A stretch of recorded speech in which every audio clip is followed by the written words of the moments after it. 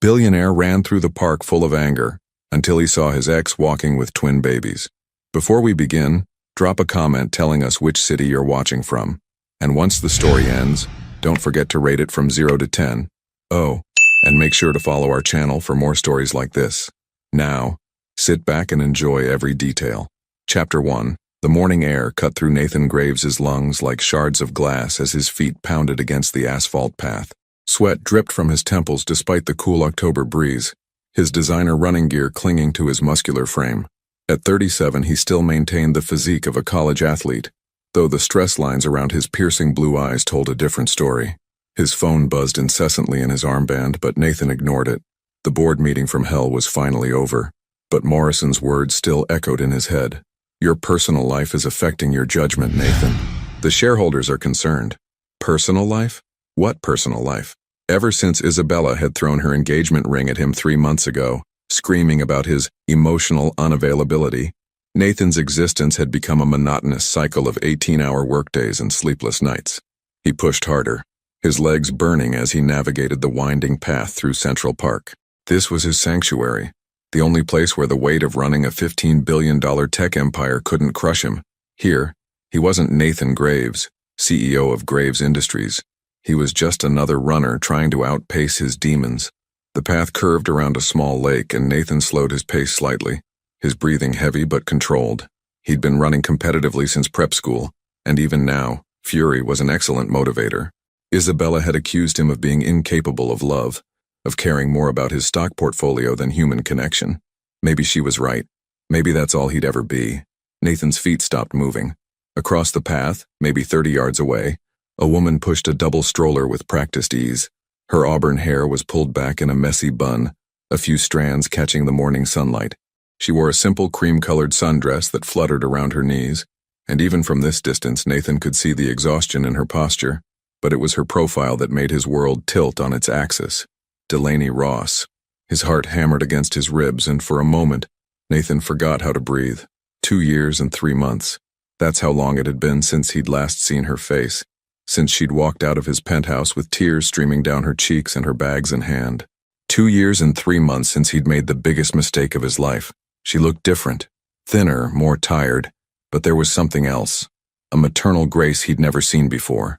As she leaned down to adjust something in the stroller, Nathan caught a glimpse of 2 small faces, babies, twins, from the look of it, maybe 18 months old.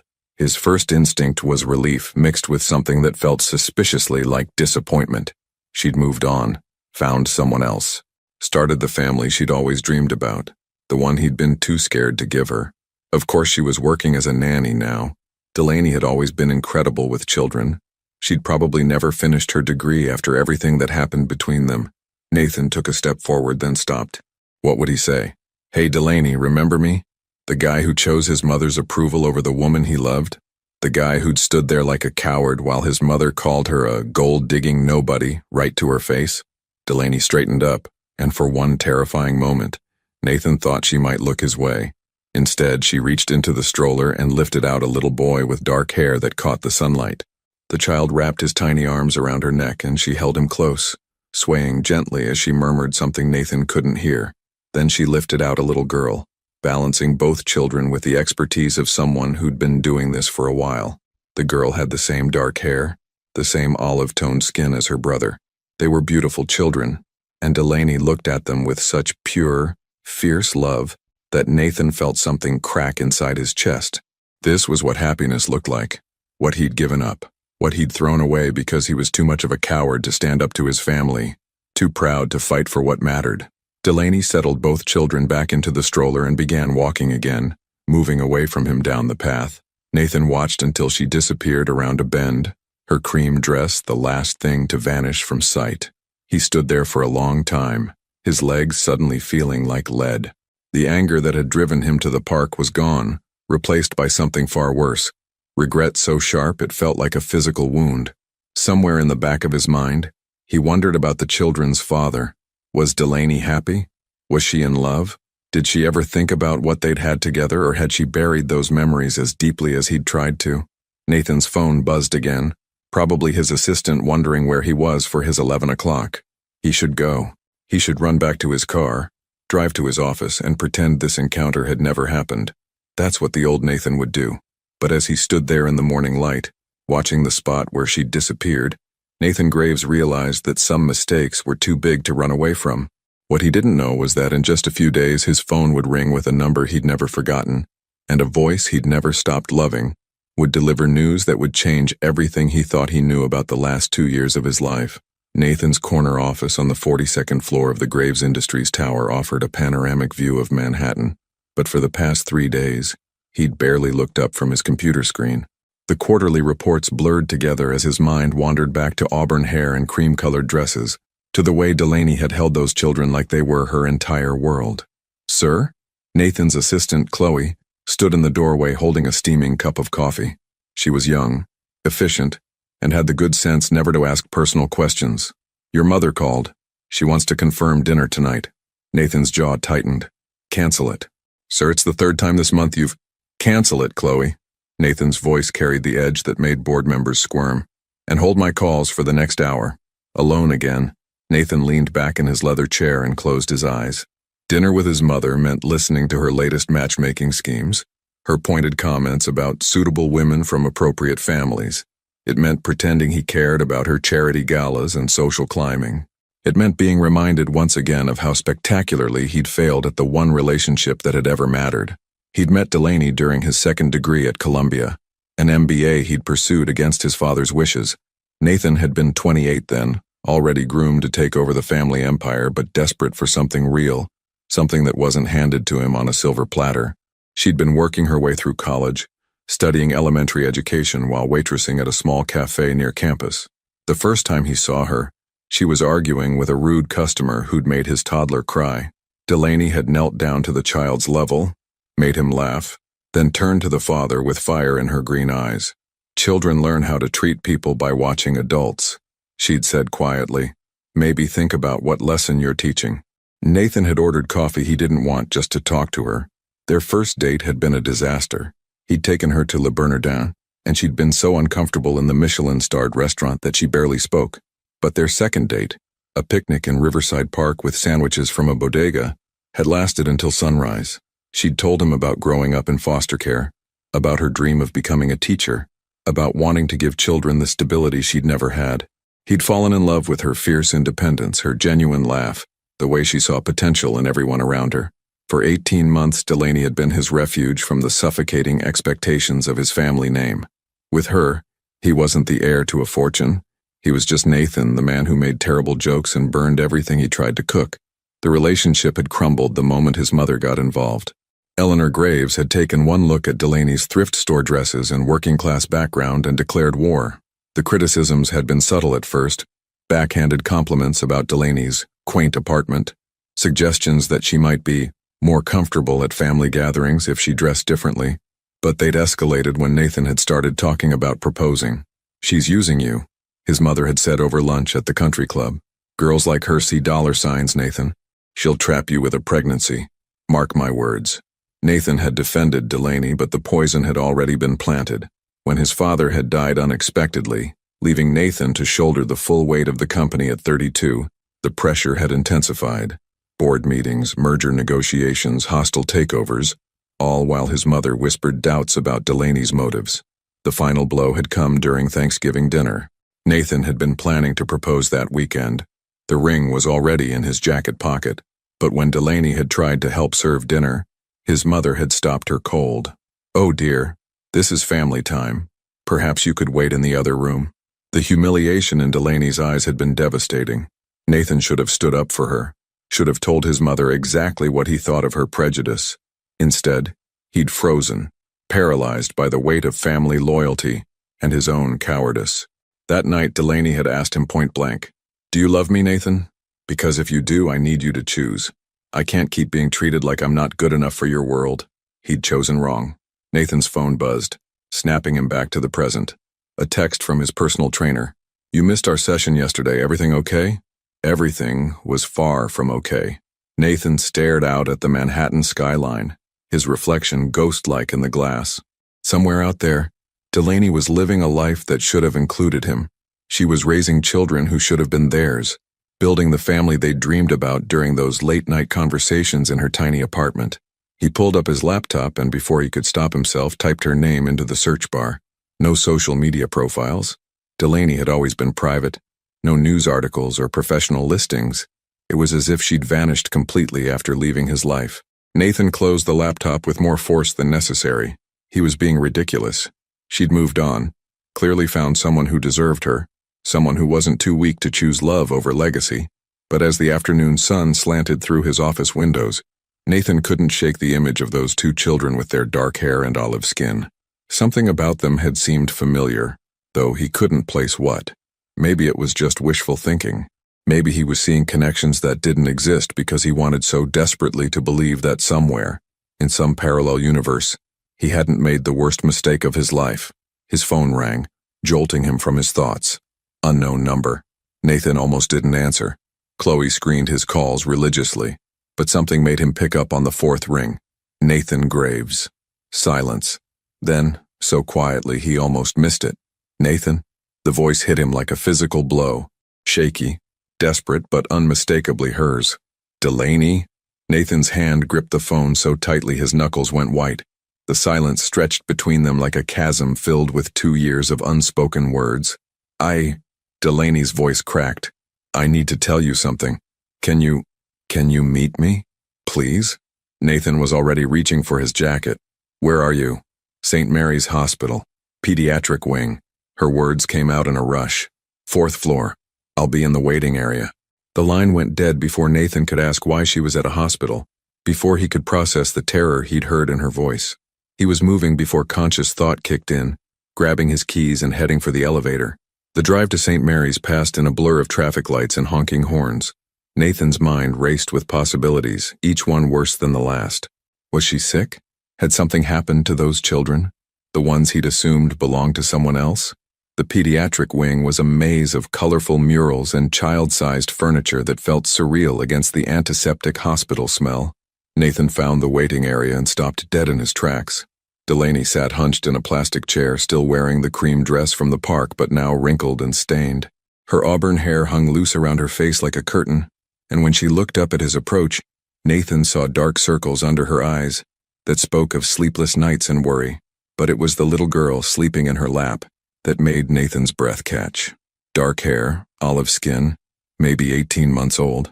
The same child he'd seen her holding in the park. Thank you for coming, Delaney whispered, careful not to wake the sleeping toddler. I didn't know who else to call. Nathan lowered himself into the chair beside her, his expensive suit incongruous among the scattered toys and children's books. What happened? Are you okay? Delaney's laugh was hollow. Am I okay?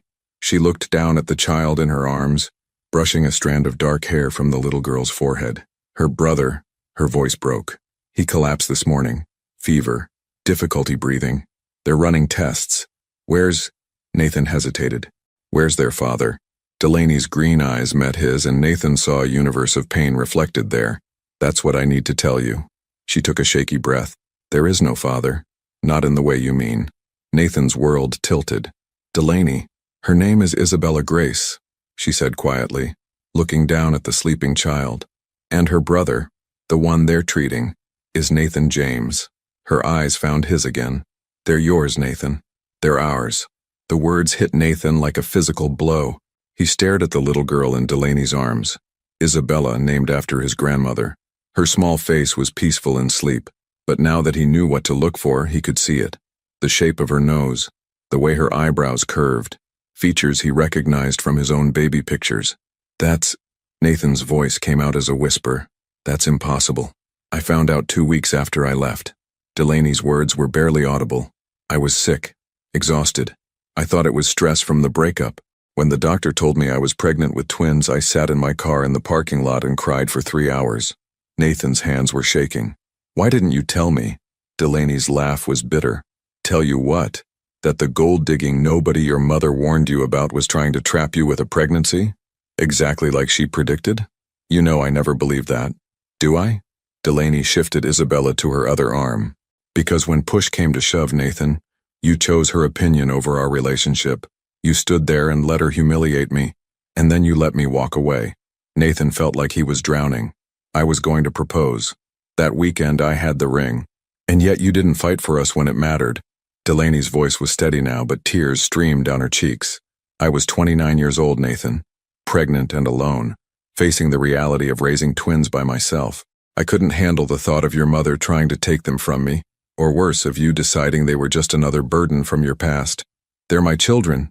The words felt foreign on Nathan's tongue. Children, plural. A son and daughter he'd never known existed. Yes, Delaney said simply. They are. Nathan stared at Isabella's sleeping face, memorizing every detail. How did you manage? Money? Medical care? Everything? I figured it out. Delaney's voice carried a strength Nathan remembered from their college days. I moved to Brooklyn, found a small apartment, sold baked goods at farmers markets until I was too pregnant to stand for long hours. A friend from my education program helped me get enrolled in a program for pregnant women without insurance. After they were born, I got a job at Little Steps Daycare Center. They let me bring the twins with me. Nathan's chest ached at the picture she painted. While he'd been living in his penthouse, drowning his sorrows in work and meaningless relationships, the woman he'd loved had been struggling to survive with his children. I never wanted your money, Delaney continued. I wanted them to know their father loved them. But I was terrified that if I reached out you'd think I was after something, or that your mother would find a way to... My mother. Nathan's voice turned hard. Does she know? No one knows except my friend Jenna and now you. Delaney looked toward the hallway where doctors in scrubs moved purposefully between rooms. But when Nathan James collapsed this morning, when they told me he might need surgery, she wiped her eyes. I realized that my pride wasn't worth risking his life. If something happened to him and you never knew he existed, I'd never forgive myself. Nathan stood abruptly, pacing to the window that overlooked the hospital's courtyard. Children. He had children. A son named after him who was somewhere in this hospital, sick and scared. A daughter sleeping peacefully in her mother's arms, unaware that her world was about to change forever. I want to see him, Nathan said, turning back to Delaney. My son. I want to see Nathan James. Delaney nodded, her expression unreadable. The doctor should be back soon with test results, but Nathan... She stood carefully, still holding Isabella. I need you to understand something. I'm not asking you to suddenly become a family. I'm not asking for anything except that you know they exist. These are your children, but they're also mine. I've raised them alone for almost 2 years, and I won't let anyone, not even you, disrupt their stability. Nathan met her fierce gaze and saw the protective mother she'd become. The same woman who'd once defended a stranger's child in a coffee shop was now defending their children from him. I understand, he said quietly. But Delaney, I'm not going anywhere, not this time. Before she could respond, a doctor in pediatric scrubs approached them, clipboard in hand. Ms. Ross, I have news about Nathan James. Dr. Patricia Henley was a small woman with kind eyes and graying hair pulled back in a practical ponytail. She looked between Nathan and Delaney with the practiced assessment of someone who'd delivered difficult news to countless families. Nathan James has pneumonia, she said gently. It's bacterial, which means it's treatable with antibiotics, but given his age, we want to monitor him closely for the next 24 hours. Delaney's knees nearly buckled with relief. Nathan instinctively reached out to steady her, his hand finding the small of her back. The contact sent electricity through both of them, familiar and foreign at the same time. Can we see him? Delaney asked, Isabella stirring slightly in her arms. Of course, he's stable and awake. Fair warning, he's got an IV and a few monitors, so it might look more serious than it is. Dr. Henley's gaze shifted to Nathan. And you are? Nathan opened his mouth, but the words stuck. What was he? The biological father who'd just learned of his children's existence? A stranger who'd abandoned their mother? He's Nathan's father, Delaney said quietly. He's Nathan's father. Dr. Henley nodded without judgment. Room 412. The nurses will get you set up with visitor badges. As they walked down the hallway, Isabella woke up and immediately began fussing. She looked around with wide, dark eyes, Nathan's eyes, and when her gaze landed on him, she stared with the unblinking curiosity of a toddler. Hi, sweetheart, Delaney murmured, bouncing her gently. It's okay. We're going to see your brother. Isabella reached out a small hand toward Nathan, and without thinking, he offered his finger. Her tiny fingers wrapped around it with surprising strength, and Nathan felt something fundamental shift inside his chest. She's beautiful, he whispered. She looks just like you did as a baby, Delaney said, then caught herself. I mean, I imagine she does. I've seen your baby pictures in those business magazines. Nathan wanted to tell her that his mother had shown him those same pictures, that she'd kept photo albums of his childhood that Delaney had never been allowed to see. Instead, he watched Isabella examine his finger with scientific toddler concentration. Room 412 was painted in cheerful pastels, with cartoon animals dancing across the walls. But all Nathan could see was the small figure in the hospital bed, dwarfed by machines and wires. Nathan James looked exactly like Nathan had at 18 months old. The same dark hair, the same stubborn chin, even the same way of sleeping with one arm flung above his head. But his small chest rose and fell with effort, and an IV line snaked from his tiny hand to a bag of clear fluid. "Oh, baby," Delaney whispered, rushing to the bedside. "Mama's here." Nathan James opened his eyes, impossibly blue, just like Nathan's, and smiled despite his obvious discomfort. "Mama," he said in a voice hoarse from crying. "Yes, baby. Mama's here." Delaney set Isabella on the chair and leaned over the bed rails. "And look, Isabella came to see you too." Isabella immediately began chattering in the incomprehensible language of toddlers, reaching toward her brother. Nathan watched this scene. His family, he realized with a jolt, and felt like an intruder witnessing something sacred. "And this is..." Delaney hesitated, looking at Nathan. "This is Nathan, your daddy." Nathan James studied him with serious eyes, taking in the expensive suit and unfamiliar face. After a long moment, he held out his arms. Nathan had never held a child before, had never wanted to, if he was honest. Children had always seemed fragile and complicated, requiring skills he didn't possess.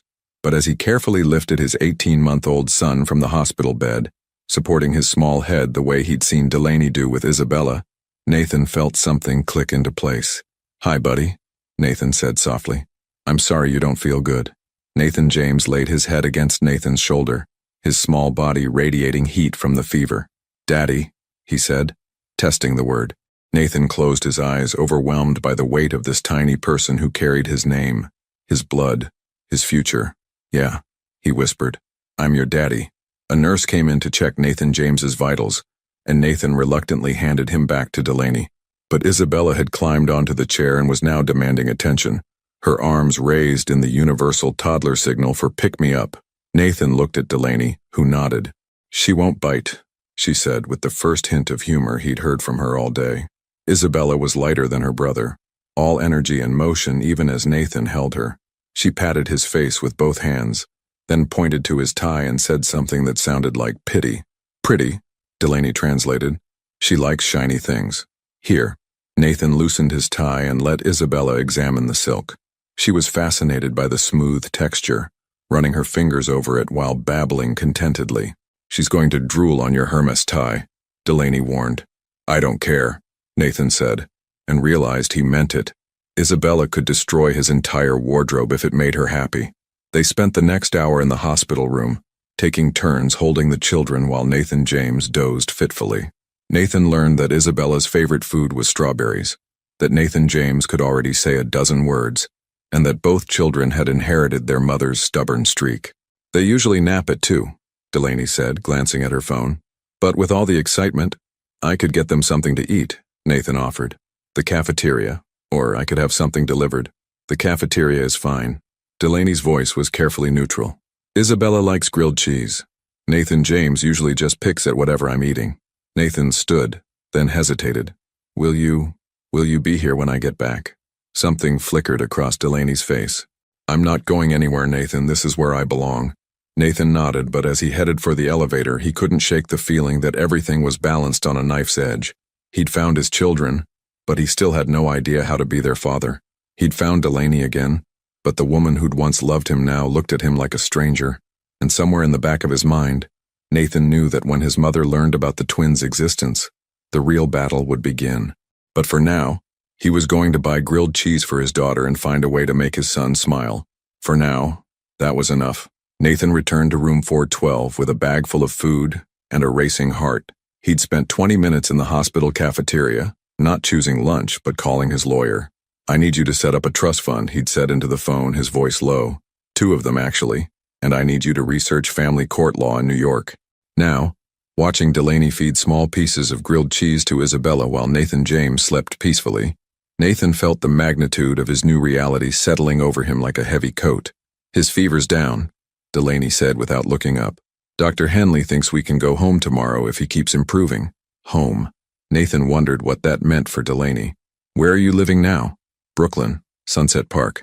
Delaney wiped Isabella's face with a napkin. It's a small place, but it's ours. Nathan pulled up the neighborhood on his phone while Delaney wasn't looking. The crime statistics made his stomach clench. Is it safe? Delaney's laugh was sharp. Define safe. We've never been robbed, if that's what you're asking. The building has good locks, and Mrs. Chen next door watches the kids sometimes when I have to work late. You work late? Nathan tried to keep his voice neutral. What about childcare? I manage. Delaney's tone carried a warning. We've been fine on our own, Nathan. But they shouldn't have to be, Nathan thought. His children were living in a dangerous neighborhood while he had more money than he could spend in 3 lifetimes. The injustice of it made him feel sick. His phone buzzed. A text from his mother. Dinner tonight, 7 p.m., don't cancel again. Nathan stared at the message, imagining Eleanor Graves' reaction to learning she had grandchildren. Grandchildren she'd never wanted, born to the woman she'd driven away. I have to tell my mother, Nathan said suddenly.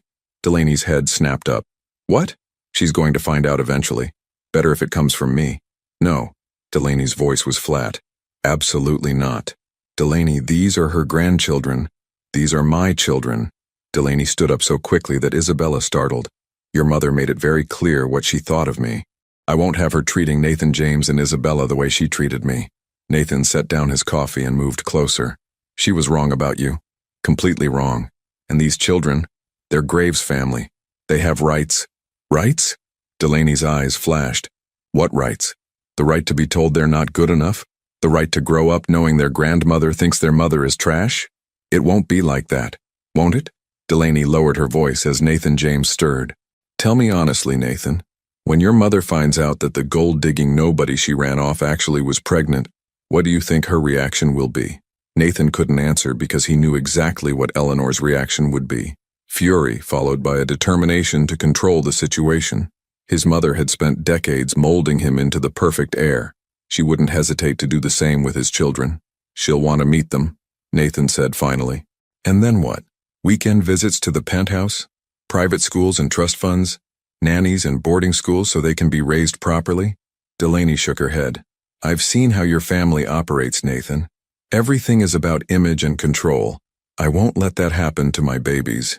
Our babies, Nathan corrected quietly. The words hung between them like a challenge. Delaney stared at him for a long moment, and Nathan saw the fear beneath her anger. She was terrified, not of poverty or struggle, but of losing her children to his world. I want to be their father, Nathan said. Really be their father. Not just write checks from a distance. But I don't want to turn their lives upside down either. Then what are you suggesting? Nathan had been thinking about this since the cafeteria. What if we took it slow? I could visit regularly, spend time with them, help with expenses, but quietly. And as for my mother, he ran a hand through his hair. Maybe she doesn't need to know. Not yet. Delaney sat back down, pulling Isabella onto her lap. You'd lie to your mother? I'd protect my family, Nathan said, and the conviction in his own voice surprised him. A comfortable silence fell over the room. Nathan James woke up asking for water, and Nathan helped him drink from a sippy cup while Delaney changed Isabella's diaper. They moved around each other with careful politeness, like dancers learning new choreography. There's something else, Delaney said as she settled Isabella for a nap in the fold-out chair. My hours at Little Steps Daycare are being cut. I've been looking for something else, but with 18-month-old twins. Nathan's hands clenched into fists. You shouldn't have to worry about that. Everyone worries about money, Nathan. Even people with trust funds eventually learn that lesson. The barb hit home, but Nathan pushed past it. Let me help. Not as charity, but as child support. It's my responsibility. I don't want your money. It's not about what you want. It's about what Nathan James and Isabella need. Nathan moved closer, lowering his voice. They're wearing clothes from discount stores, Delaney. Isabella's shoes are held together with tape. Delaney's cheeks flushed.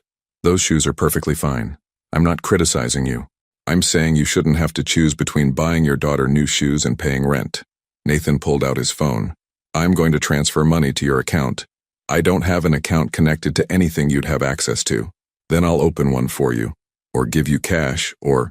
Stop, Delaney held up a hand. Just stop. I know you want to help, but this isn't something you can fix by throwing money at it. Then what can I do? Delaney looked at him for a long moment, and Nathan saw the exhaustion that went bone deep. The weight of raising 2 toddlers alone, of working multiple jobs, of being strong when she wanted to fall apart. Be their father, she said simply. Show up. Be consistent. Don't promise them things you can't deliver, and don't disappear when it gets complicated. I won't disappear. You did before. The words were quiet, but they hit Nathan like a physical blow. That was different. Was it? Because from where I'm sitting, it looks like you only came back because I forced your hand. If Nathan James hadn't gotten sick, would you have ever tried to find me? Nathan wanted to lie, to say he'd been looking for her all along, but Delaney deserved better than that. I don't know, he admitted. I thought you'd moved on, found someone better. There is no one better or worse, Nathan. There's just people who stay and people who leave. Delaney stroked Isabella's hair as the little girl drifted off to sleep. I need to know which one you are before I let you into their lives completely. Nathan looked at his sleeping children, his son recovering from pneumonia, his daughter clutching a worn stuffed rabbit. They were beautiful and perfect, and he'd missed the first 18 months of their lives because he'd been too much of a coward to fight for their mother. I'm staying, he said. Whatever it takes, however long it takes to prove it to you. I'm staying. Delaney nodded, but Nathan could see the doubt in her eyes. And as the afternoon sun slanted through the hospital windows, he realized that earning his children's love might be easier than earning their mother's trust. But he was going to try. Starting tomorrow, Nathan Graves was going to learn how to be a father. 3 weeks later, Nathan stood in the cereal aisle of a Brooklyn grocery store holding Isabella while she pointed excitedly at colorful boxes. His custom-tailored suit had been replaced by jeans and a simple button-down shirt, an attempt to blend in that wasn't entirely successful. Cookies, Isabella declared, reaching for a box of cookie-flavored cereal. How about something with actual nutrition? Nathan suggested, grabbing a box of whole grain cereal instead. Isabella's face scrunched up in the universal toddler expression of betrayal. Nathan quickly put the healthy cereal back and reached for the cookies. Okay, but we're also getting fruit. Dada soft, came a voice from the shopping cart. Nathan James, fully recovered from his bout with pneumonia, was grinning up at him with chocolate smeared around his mouth from the sample cookies Nathan had given him 5 minutes earlier.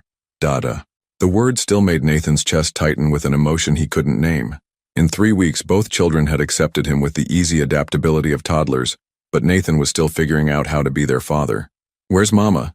He asked Nathan James, looking around the store. Potty, Nathan James replied seriously, then went back to examining the toy car Nathan had bought him at the pharmacy. Nathan had learned that grocery shopping with 18-month-old twins was an exercise in chaos management. Everything took 3 times longer. Someone was always crying or asking for something, and they went through an alarming amount of diapers and snacks. But watching Isabella carefully examine each box of cereal like she was making the most important decision of her life, Nathan found he didn't mind the chaos at all. His phone buzzed. A text from his mother. You've been avoiding me for 3 weeks. Dinner tonight or I'm showing up at your office. Nathan deleted the message without responding. He'd been deflecting Eleanor's calls and invitations, claiming work emergencies and travel.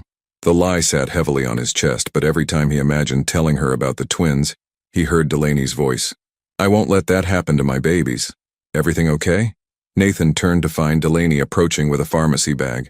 She'd started letting him help with errands, carefully supervised visits that felt like auditions for a role he desperately wanted to play well.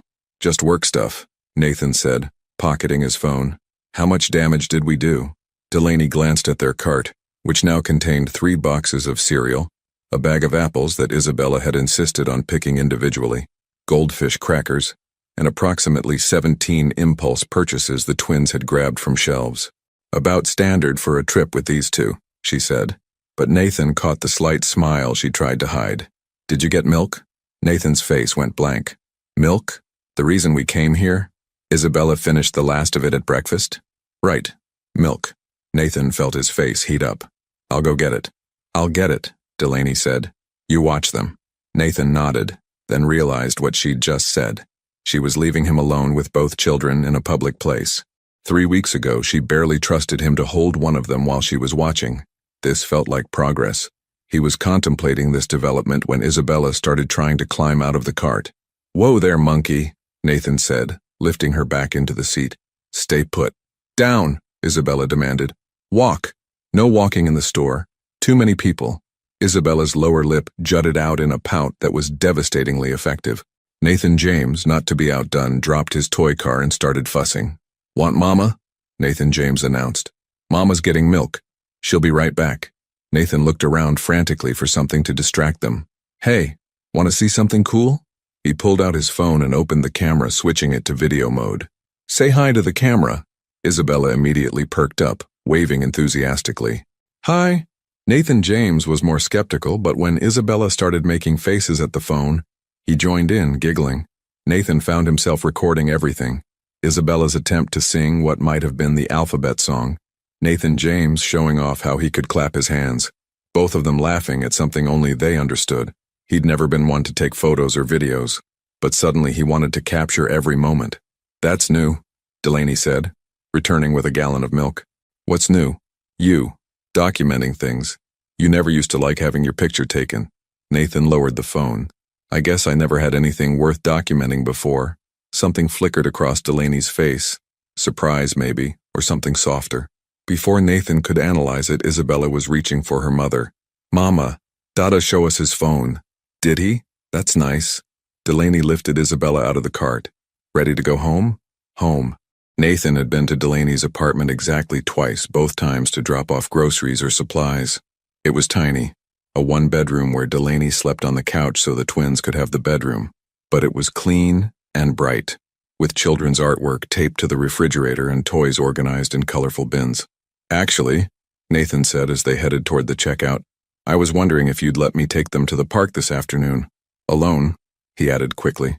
I know it's a big step, but Nathan, Delaney stopped walking. You've never taken them anywhere by yourself. I know, but I want to try. I've been reading. Reading what? Nathan felt his face heat up again. Parenting books and blogs. There's this website called What to Expect that's actually pretty helpful. Delaney stared at him. You've been reading parenting blogs? Is that weird?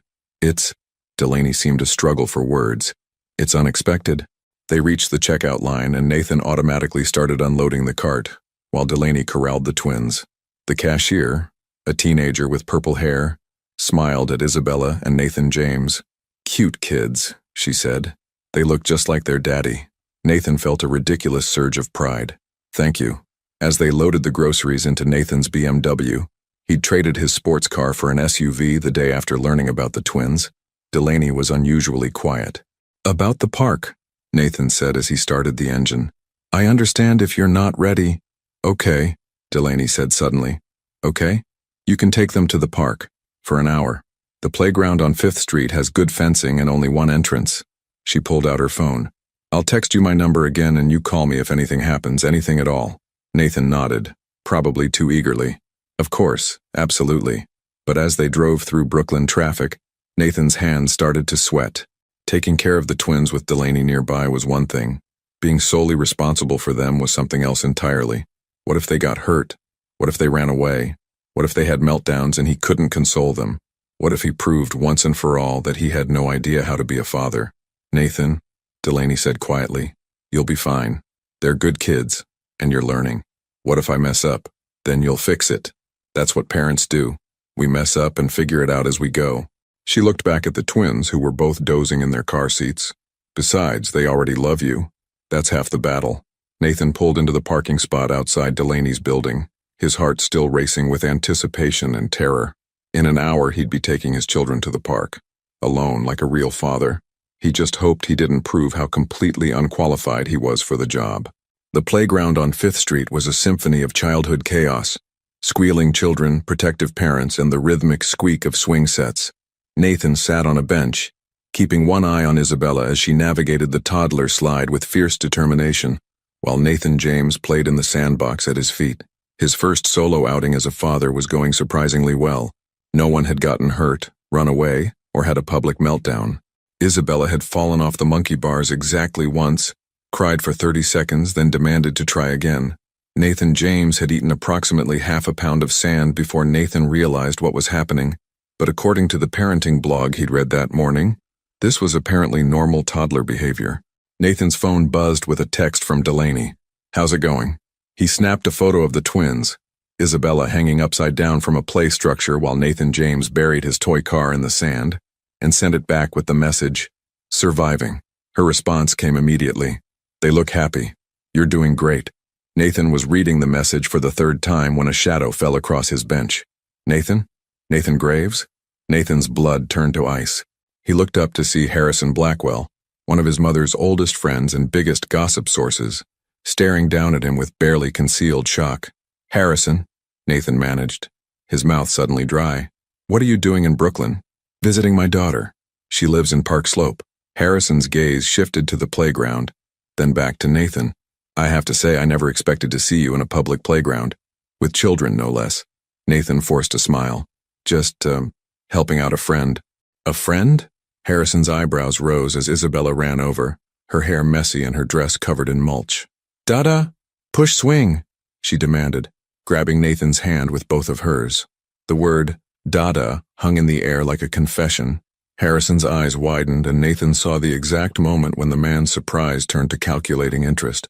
"I see," Harrison said slowly. "Your children, I assume?"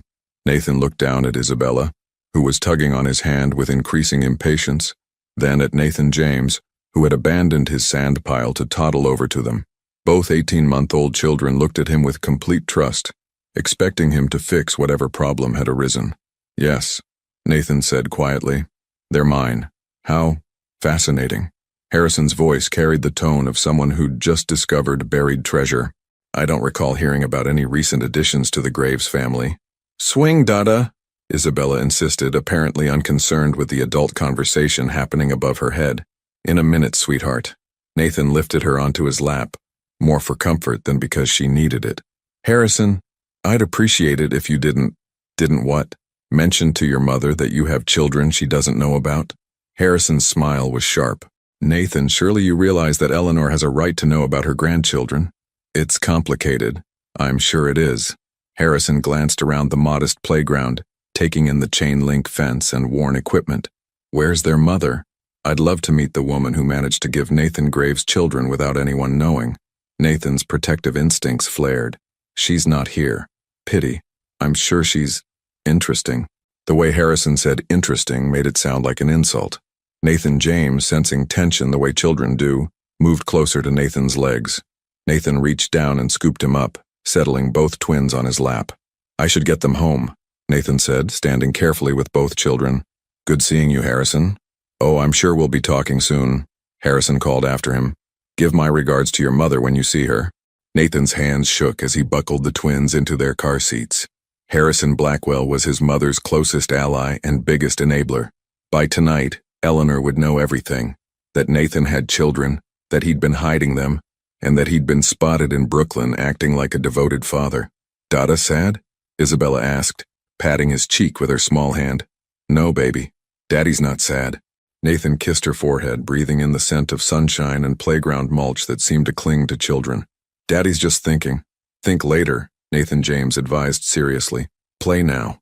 Nathan almost smiled despite his panic. His 19-month-old son had just given him better life advice than most business consultants. The drive back to Delaney's apartment passed in a blur of traffic and racing thoughts. Nathan tried to imagine the conversation with his mother, tried to prepare for the storm that was about to break over all their heads. Delaney was waiting on the front steps of her building, her anxiety obvious even from a distance. She'd changed from the casual clothes she'd worn to the grocery store into a nicer blouse and jeans, and her hair was pulled back in the neat ponytail she wore when she was stressed. "How did it go?" she asked, as Nathan lifted the twins from their car seats. "We had fun," Nathan said, which was true, "but we need to talk." Something in his tone made Delaney's smile fade. "What happened?" "Someone saw us. Someone who knows my mother." Delaney went very still. "What did you tell them?" "The truth, that they're my children." Nathan hefted Nathan James onto his hip. "I couldn't lie about it. Not with them calling me Dada." "Oh, God." Delaney sank onto the front steps, suddenly looking exhausted. "She's going to know by tonight, isn't she?" "Probably sooner." Nathan's phone was already buzzing with missed calls. Harrison Blackwell doesn't waste time when he has gossip this good. Isabella squirmed out of Nathan's arms and climbed onto Delaney's lap, seemingly sensing her mother's distress. "Mama okay?" "Mama's fine, baby." Delaney held Isabella close, but her eyes were fixed on Nathan. What are we going to do? I don't know. Nathan sat down beside them on the steps, still holding Nathan James. But whatever happens, I'm not letting her hurt you. Any of you. You can't control your mother, Nathan. You never could. Maybe not. But I can control myself. Nathan looked at his children, his brave, beautiful children who had no idea their world was about to be turned upside down. I meant what I said in the hospital. I'm not going anywhere. Delaney studied his face for a long moment. Even if she makes you choose? Between us and your family's approval? I already chose, Nathan said quietly. I chose wrong the first time. I won't make that mistake again. Nathan's phone rang. His mother's number lit up the screen like a warning. Answer it, Delaney said, her voice steady despite the fear in her eyes. Better to get it over with. Nathan looked at his family. Because that's what they were, he realized, sitting on these Brooklyn steps with children on their laps and worry in their hearts. They were his family, and he was going to fight for them. He answered the phone. Hello, Mother. Nathan James Graves. Eleanor's voice was ice cold with fury. You have exactly 1 hour to get to my house, and bring them with you. The Graves family estate sat on 5 manicured acres in the Hamptons, its imposing Georgian facade designed to intimidate. Nathan had grown up in this house, but as he carried Nathan James up the marble front steps while Delaney held Isabella's hand, it felt like approaching a fortress. Are you sure about this? Delaney whispered, her voice tight with anxiety. She'd changed into her best dress, a simple navy blue number that Nathan recognized from their college days, and pulled her hair back severely. Armor for battle. No, Nathan admitted, but hiding isn't an option anymore. The front door opened before they could knock. Eleanor Graves stood in the doorway, and Nathan felt Delaney's sharp intake of breath beside him. His mother was 63 but looked 50, her silver hair perfectly styled, and her Chanel suit immaculate despite the late hour. She'd always been intimidating, but now her pale blue eyes, so like Nathan's own, burned with barely controlled fury. Nathan. Her gaze flicked to Delaney, then to the children, cataloging every detail with surgical precision. Ms. Ross. How unexpected. Hello, Mrs. Graves, Delaney said quietly, her chin raised despite the obvious tension in her body. Eleanor's eyes lingered on Nathan James, who was studying her with the fearless curiosity of a toddler. He looks like you did at that age, she said to Nathan, and there was something almost vulnerable in her voice before the ice returned. Come in. We have much to discuss. The foyer was a monument to old money. Crystal chandelier, Persian rugs, oil portraits of long-dead Graves ancestors. Isabella pressed closer to Delaney's leg, overwhelmed by the grandeur, while Nathan James reached for a marble sculpture that probably cost more than most people's cars.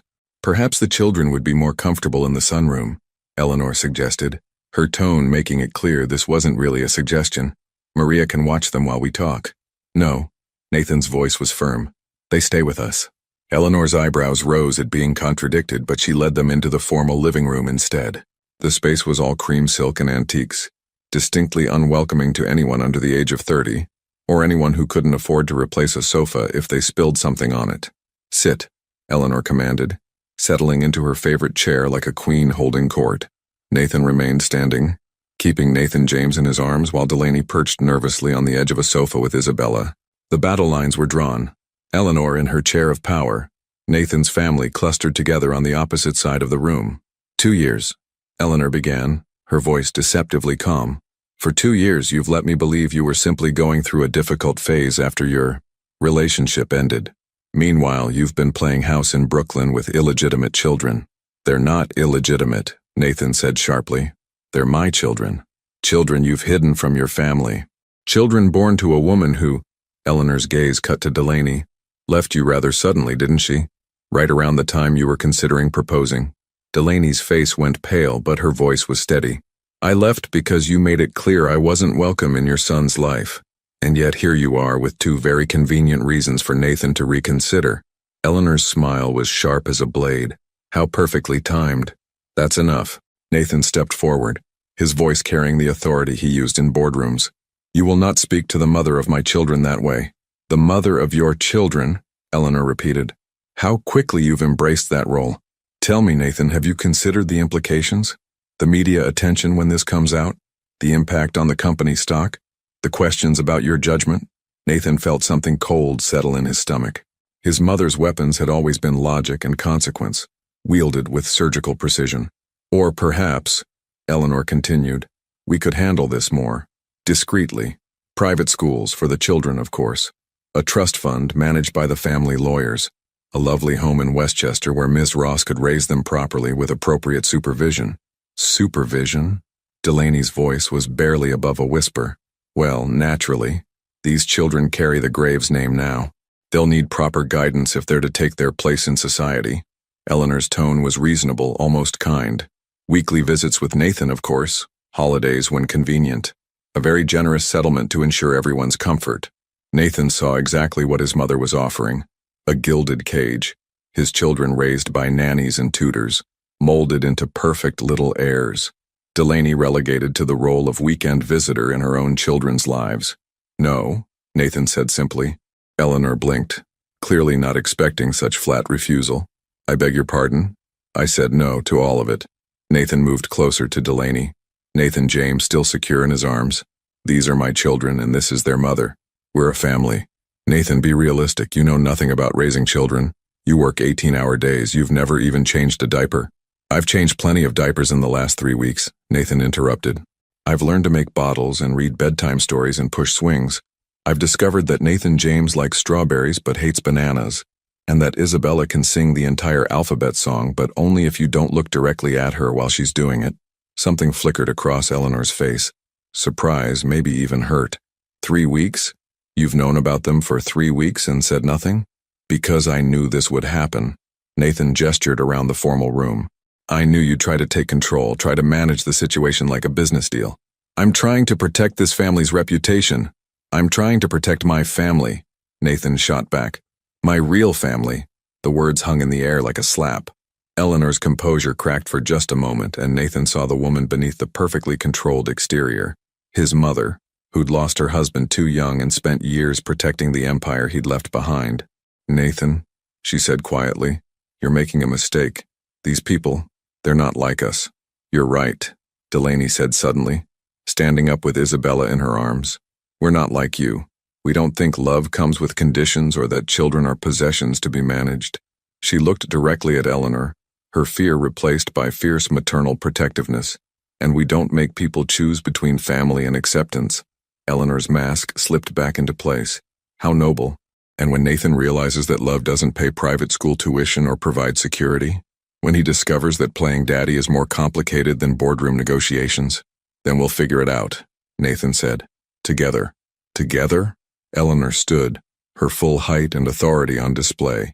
Nathan, you're a billionaire. You have responsibilities, obligations. You can't just abandon everything for a fantasy of domestic bliss. I'm not abandoning anything. I'm choosing what matters most. Eleanor stared at him for a long moment, and Nathan saw the exact instant when disappointed love hardened into something colder. Very well, she said crisply. But understand this, Nathan. If you choose this path, you choose it completely. No coming to me when reality sets in. No expectation that the family will bail you out when this experiment fails.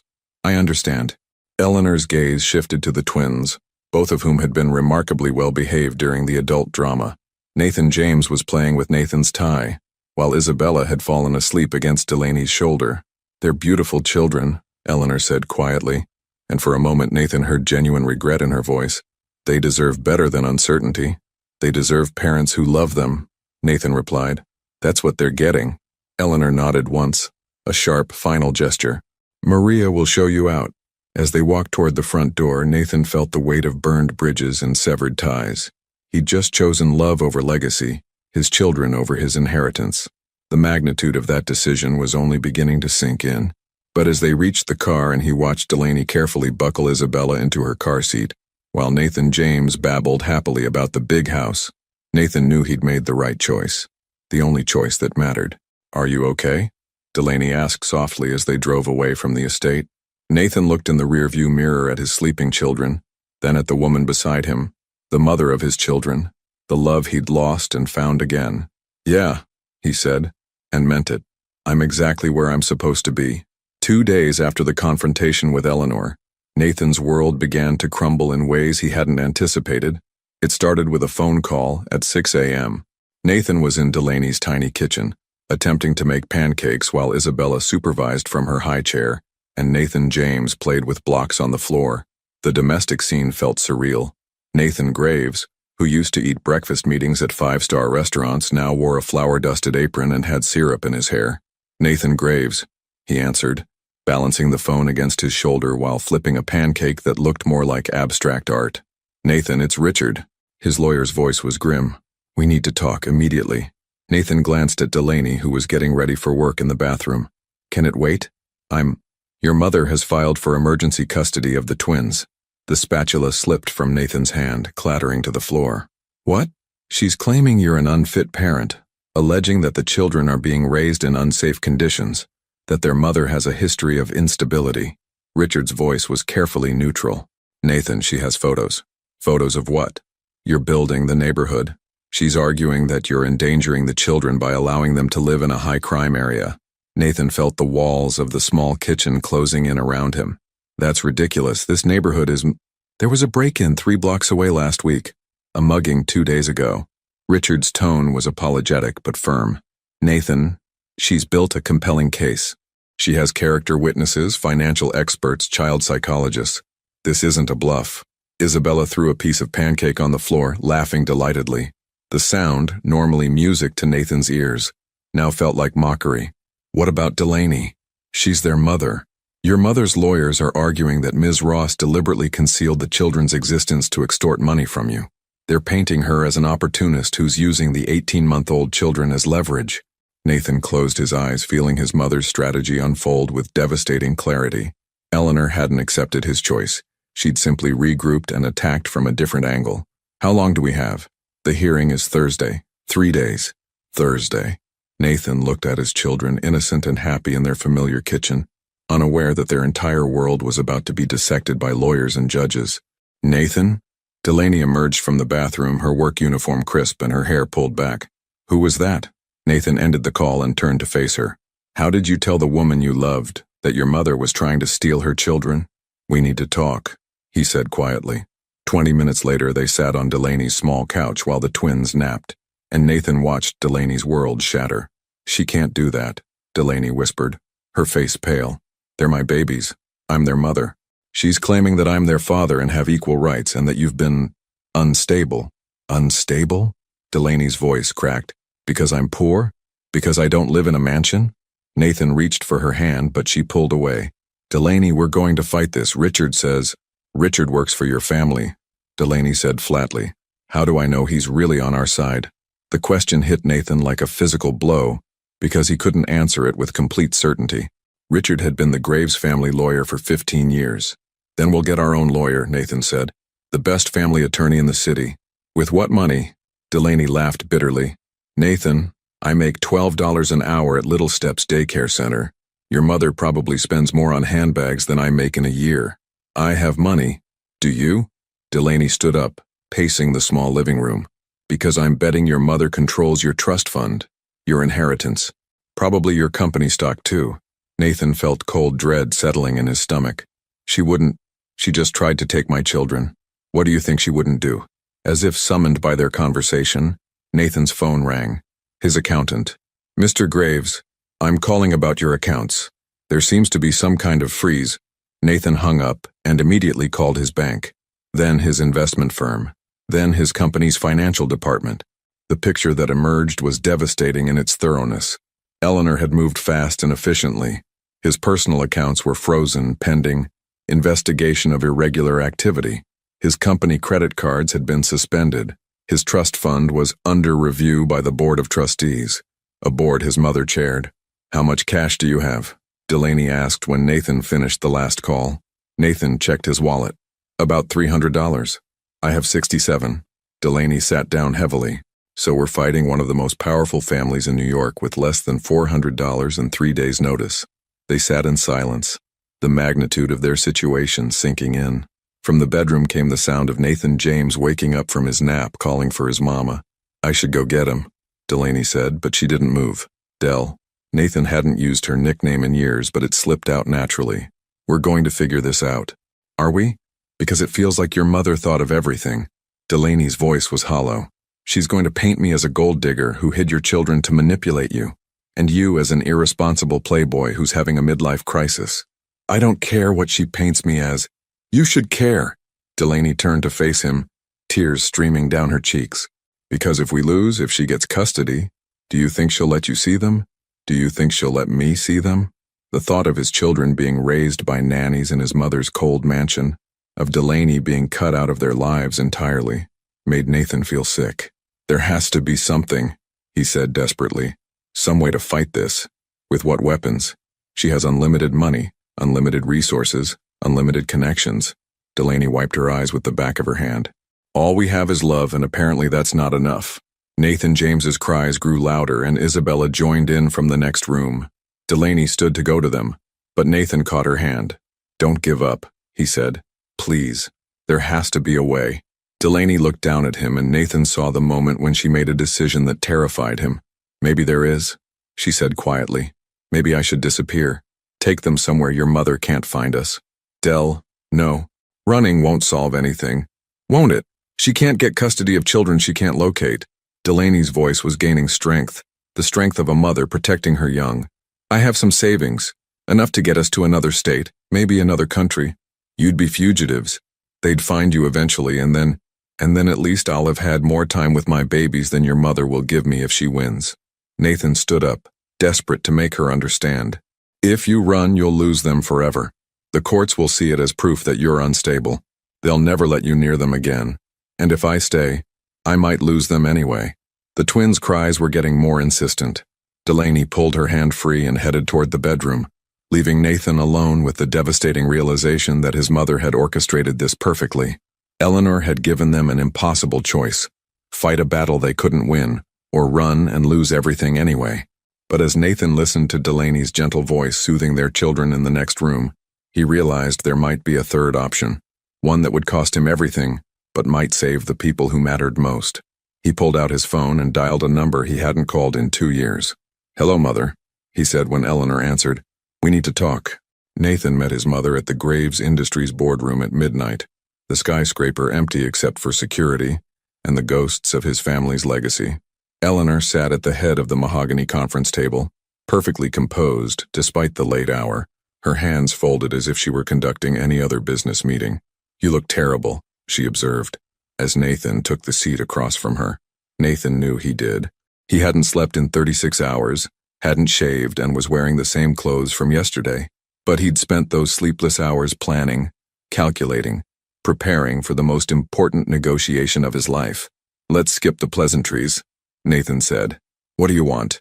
Eleanor smiled, the expression sharp as winter light. I want what's best for this family, what's best for those children. Cut the Maternal Concern Act. We both know this isn't about their welfare. Nathan leaned forward. This is about control, about me defying you and making you look weak. Perhaps. But the result is the same. Those children deserve better than uncertainty. They deserve to be with their mother who waited 2 years to tell you they existed, their mother who's raising them in a neighborhood where gunshots are background noise. Eleanor's voice remained calm, clinical. Nathan, be realistic. What kind of life can you give them living in that apartment? Nathan had been asking himself the same question for days. The brutal truth was that his mother was partially right. His children deserved stability, security, opportunities. But they also deserved love, and that was something all of Eleanor's money couldn't guarantee. What's your offer? Nathan asked. Eleanor pulled out a leather portfolio, sliding it across the table. Full custody to me as their legal guardian. Delaney receives a settlement of $5 million in exchange for relinquishing all parental rights.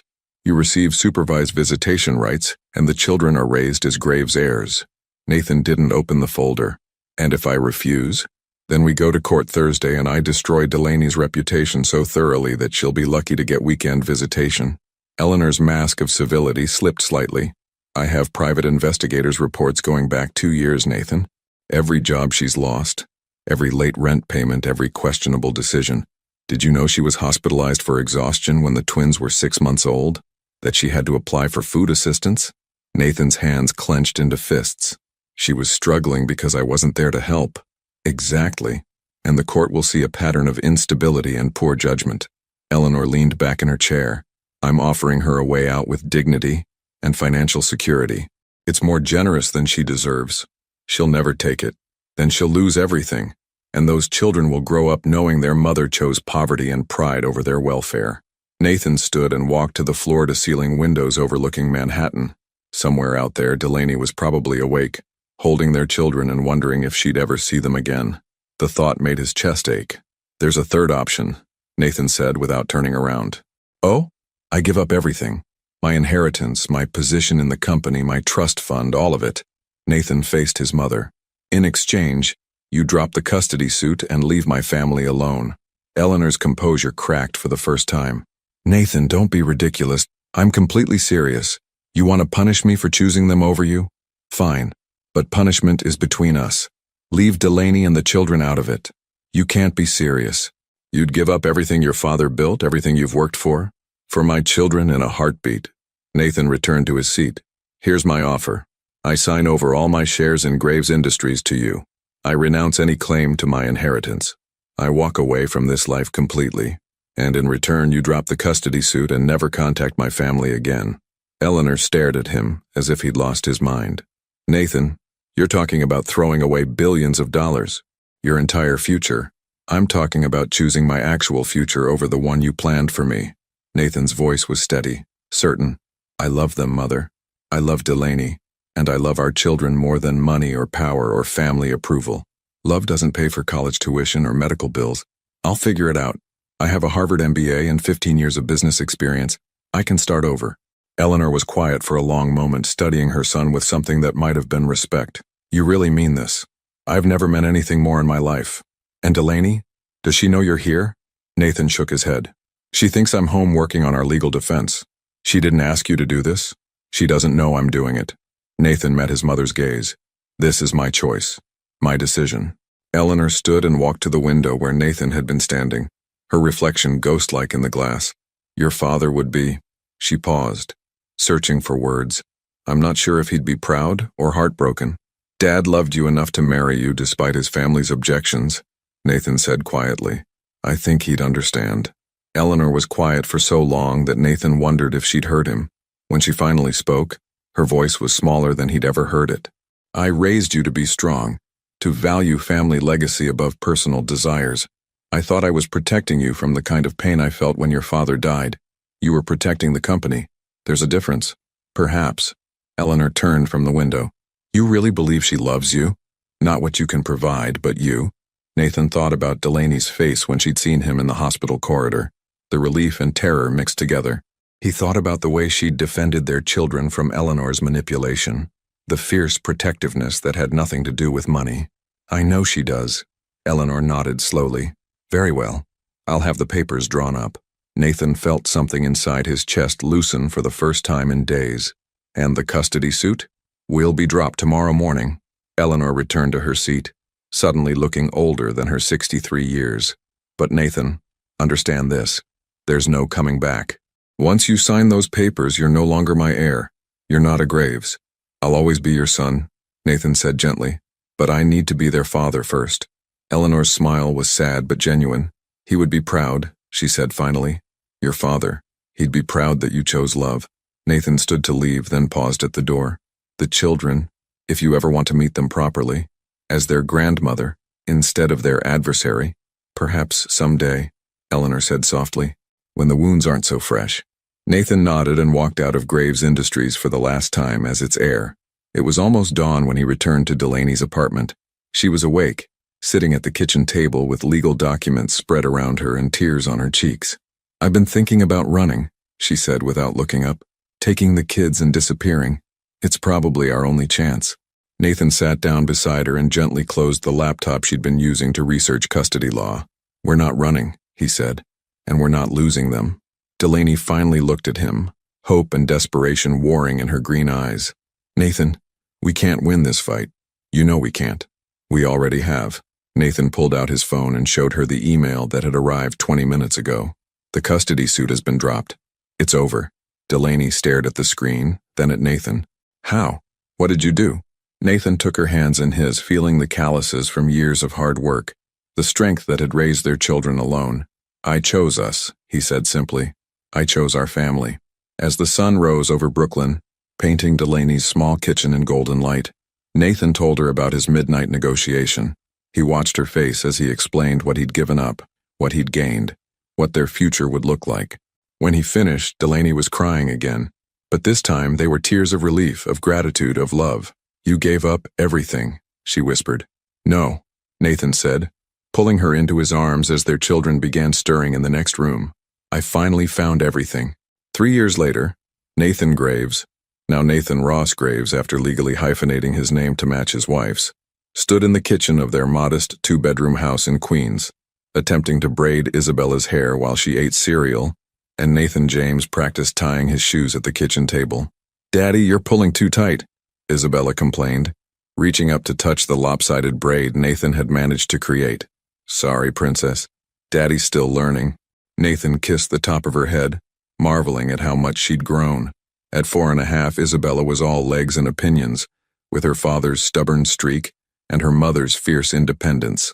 "I did it," Nathan James announced, holding up his foot to display a remarkably crooked bow. "Look, Daddy. That's perfect, buddy," Nathan said, ruffling his son's dark hair. Nathan James had inherited his father's determination but his mother's gentle heart, and at 4 years old, he approached every challenge with unwavering optimism. "Where's Mama?" Isabella asked, sliding off her chair to examine her reflection in the refrigerator door. "She's getting ready for her interview," Nathan said, glancing toward their bedroom. Today, Delaney was interviewing for a position as head teacher at Riverside Academy, a prestigious private preschool that would use her education degree and provide the kind of stability they'd built their new life around. Nathan had kept his promise to start over. He'd used his business experience to launch a consulting firm that helped small businesses develop sustainable growth strategies. It had taken 2 years to build a steady client base, and they'd lived on savings and Delaney's daycare salary during the lean months. But now his company was thriving. They weren't rich, not by Graves' family standards, but they were comfortable, secure, and most importantly, happy. "Do I look okay?" Delaney emerged from the bedroom wearing a navy dress and the pearl earrings Nathan had given her for their first wedding anniversary. She'd cut her hair to shoulder length, and motherhood had given her a confidence that made her even more beautiful than the college girl he'd fallen in love with 8 years ago. "You look perfect," Nathan said, meaning it. "They'd be crazy not to hire you.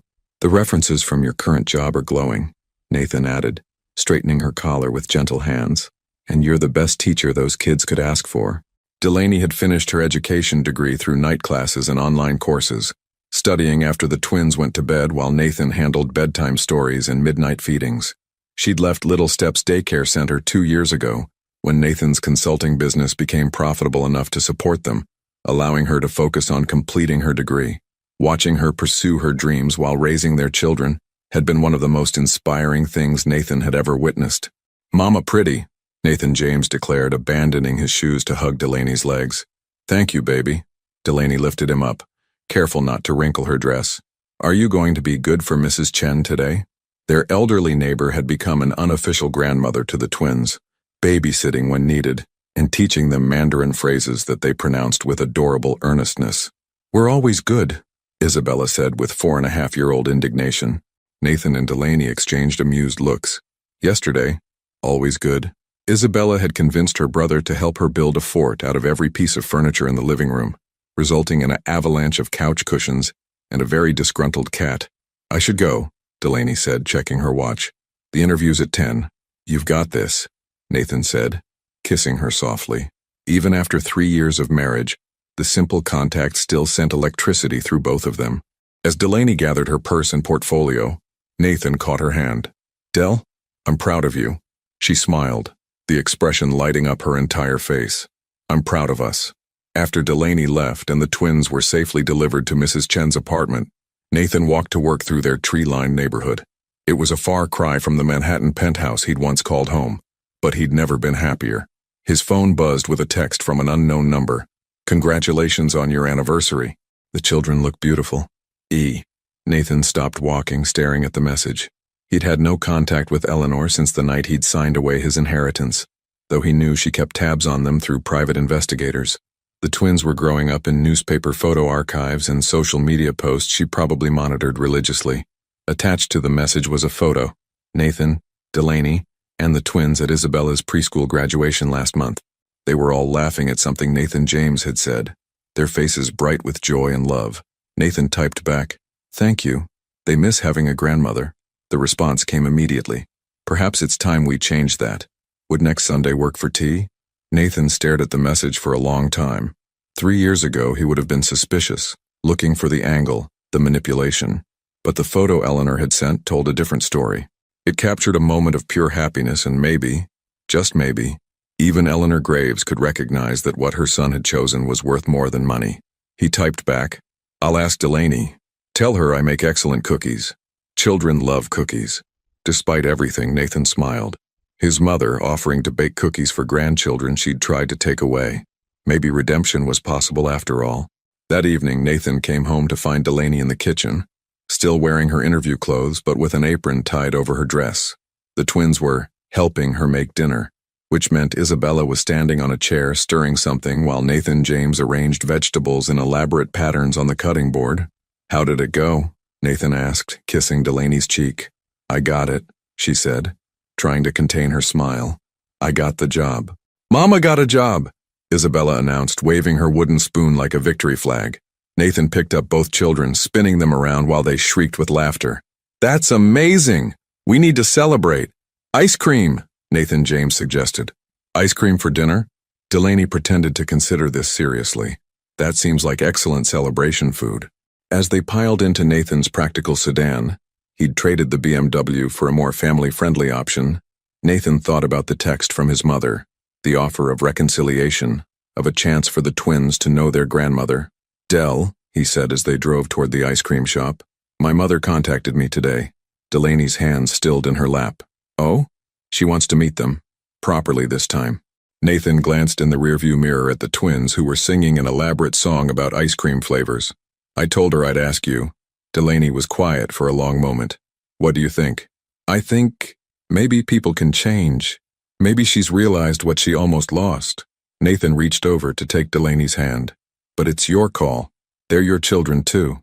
"Our children," Delaney corrected gently.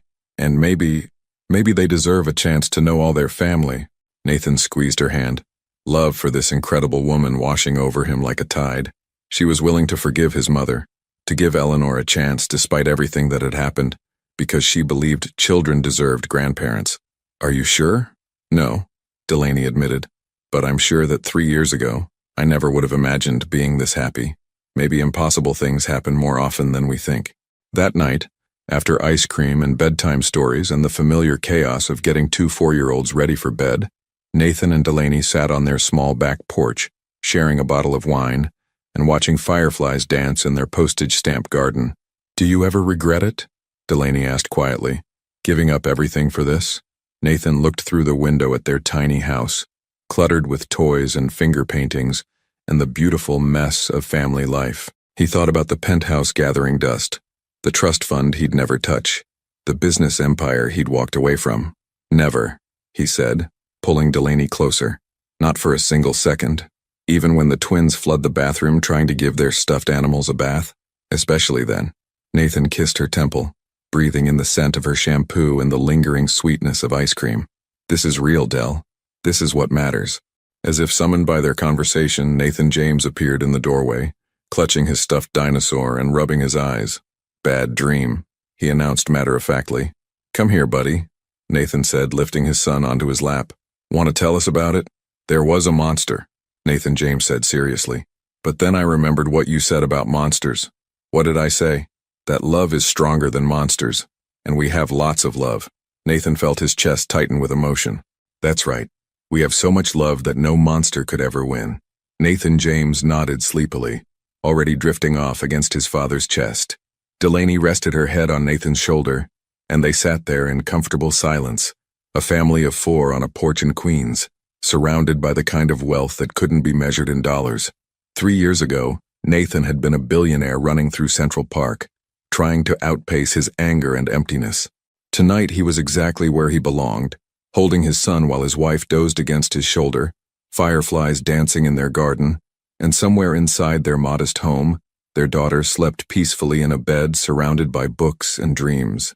He'd given up everything to find this life, and it had been the best trade he'd ever made. Sometimes love really was stronger than monsters. Sometimes choosing family over fortune led to the kind of riches that mattered most. And sometimes a man running away from his problems could end up running straight into his destiny. Would you have made the same choice Nathan did, trading billions for the chance at true love and family? Your participation means a lot to the channel. Please share your thoughts in the comments. Thank you for watching. If you enjoyed the story, please subscribe to our channel and leave a comment below letting us know what you thought. Your feedback and support mean a lot to us. Stay tuned for more exciting stories.